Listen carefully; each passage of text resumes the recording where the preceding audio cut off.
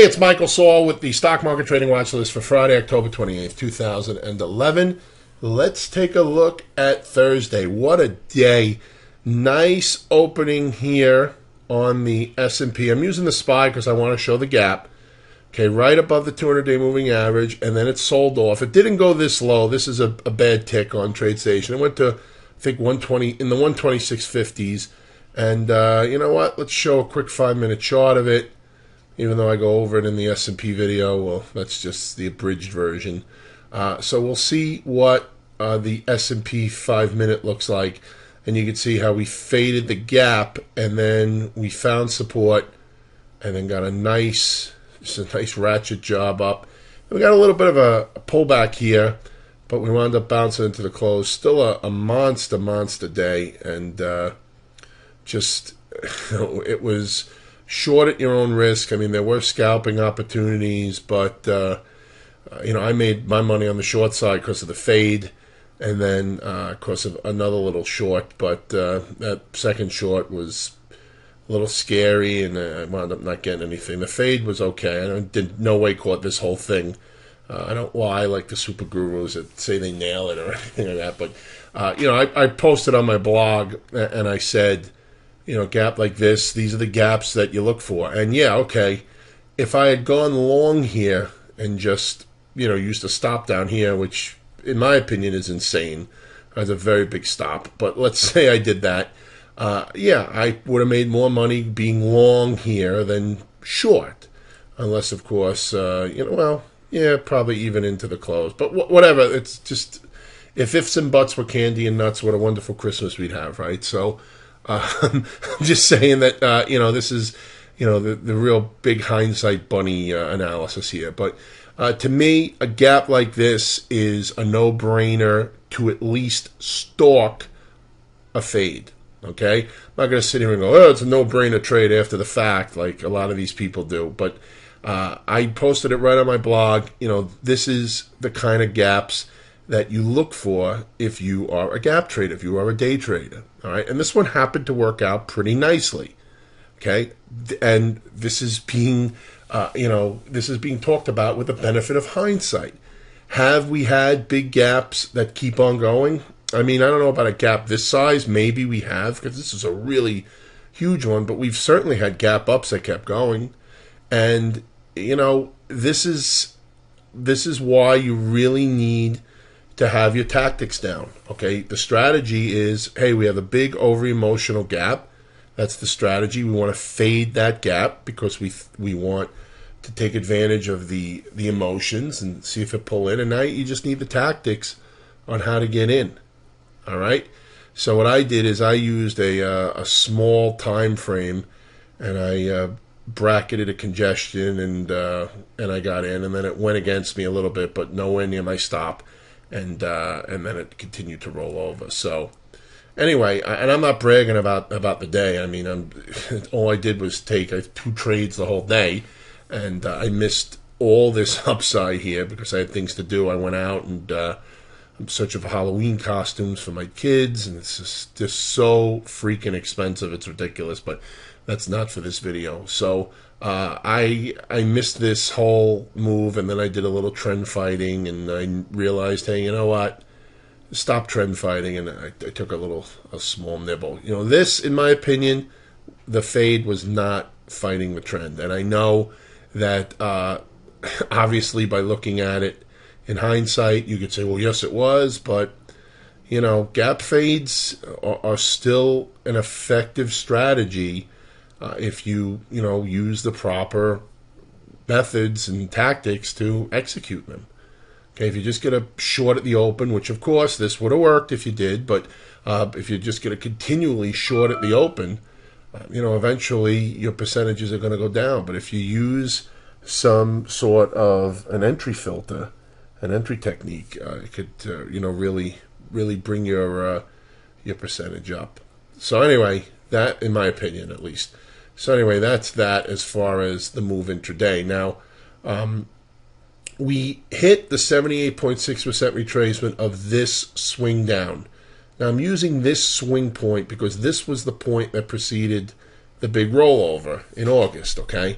So is this retracement valid? Yes, it absolutely is valid. Okay, and we stalled there for now. All right, let's see if we can get over it. Now on the S&P cash index, I bracketed the whole range, the yearly range, and this is also extremely, very valid. All right, I took the high in the year and ran it to the low of the year. Now you can see here the S&P closed above the 200-day moving average. That's a good start, but you have the 78.6% retracement up here, which is going to be the true test. All right, this is the line in the sand, 1307.28. If we hit that and we just rip right through it, okay, then it's suggestive that we go to a new high. We test, well, at least we test the high, but it's actually suggestive that we break that high. All right, but if we reject, all right, it could lead to a pullback from here. Could it roll the market over? It could. We only have a couple months left in the year, and we have the follow-through day, which, even though it doesn't look it here, this is where it occurred on the NYSE, so this is where it's marked off, all right, which says that the market is in a confirmed uptrend here. So I'm looking for the 78.6% retracement to stall the move to the upside, and then from there, see if we flag or go sideways or dip a little bit, and see how that sets up for a potential buying opportunity. Now, the Russell is the only one of the big four, the Dow, the NASDAQ 100, the S&P, and the Russell, to not be over its 200-day moving average. So what would be nice is to see the Russell hitting the 200, okay, which is, comes also in around with this little low here, and the S&P tagging the 78.6% retracement. If those would happen at the same time, that would be even a stronger reason to look for a pause or a pullback before the resumption. All right, I'm not bearish here. I don't think we run into these numbers and roll over. Could it happen? Yeah, but we're in a confirmed uptrend. We have been now for a couple of weeks.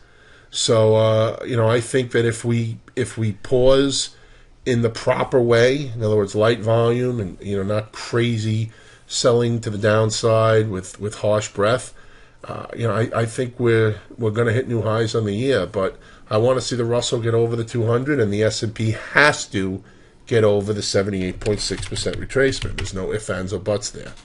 All right, here's NASDAQ 100 back at a new relative high since this low. All right, still targeting a test of highs at a minimum, if not a new high on that. Semiconductors, 200-day moving average, your target, had a great day on Thursday. The banks, up 6%, ripped through the 89 EMA. Okay, 200-day moving average, and we also have this nice balance area here to watch. Look at some stocks. Bank of America killed it. All right, up over 10%. Or just at 10%, whatever you want to, depending on how it's fluctuating. Citigroup up 9.66%. Okay, Bank of New York up 3.86%, so not up a huge amount, but still above the 89 EMA. Look at these two that we talked about. Northern Trust, talked about these a couple of weeks ago. Maybe was it a week ago? A couple of weeks at this point. 6.84%. This one looks like it's on a mission. And then Zions. Okay, up 8%, closed above the 89 EMA. Broker dealer with a monster move, up 9.5%. Goldman finally gets in gear after dragging its butt. All right, broke out, pulled back, and then boom, above the 89 EMA. Get some resistance in here. All right, 120 looks to be a key number. And then what do you got here? That 125.50. MS also with a nice push, up 16.6%, above the 89 EMA 20. It's going to be one to watch there. GLD, okay, up 1.5%, just over the 50-day moving average. SLV, okay, has a bunch of moving averages here, and this gap to watch as potential resistance. Okay, now these levels are not resistance levels to just short at. They're resistance levels to watch what price action does and then make an appropriate decision there. Maybe it's good for a short-term trade to the downside, but Okay, so here's oil, OIL up 3.5%. OIH, the oil services, they were up 6.6%. But here's a batch of price action. Sorry, I don't know why I can't find the word. Here's a batch of price action that may be cause for a pause there. Okay, cyclicals. Okay, nice, up 5.2%. XLB up 5.4%. Watch the 200-day moving average. So look at some stocks. Apple. Okay, up $4.40, but not really that impressive considering what the market did. All right, not a good time for tech to decide to lag here. Rather, Amazon. I mean, not really much here. Yeah, it's up 4.23%, but remember, it's also getting a bounce off that 200-day moving average there. Let's see, Google up 2%, back above the 78.6, but a doji. Baidu,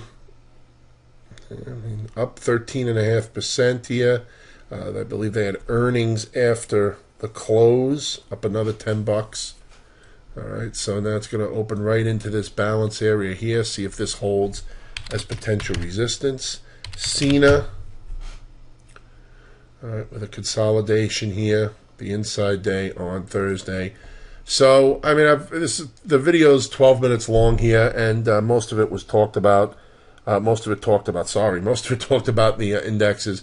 I'm going to go over some stocks in the weekend update. I'm going to talk more about the indexes, or just probably recap what I said today, because there's not much more to say unless something dramatically happens Friday, which I don't expect. I expect it to be quiet, relatively speaking. So I'll go over a bunch of stocks that I'm looking at, and start making a list of stocks to watch if indeed we do finally get a pullback or a pause. Okay, and I'm not looking, like I said, I'm not looking for us to roll back over to lows here, but if we do hit that Fibonacci retracement on the S&P and it coincides with the 200 on the Russell, maybe the highs on the NASDAQ 100, it should lead to at least a stutter step, at least a pause or a consolidation, if not a pullback. All right. Have a great trading day on Friday and an even better weekend.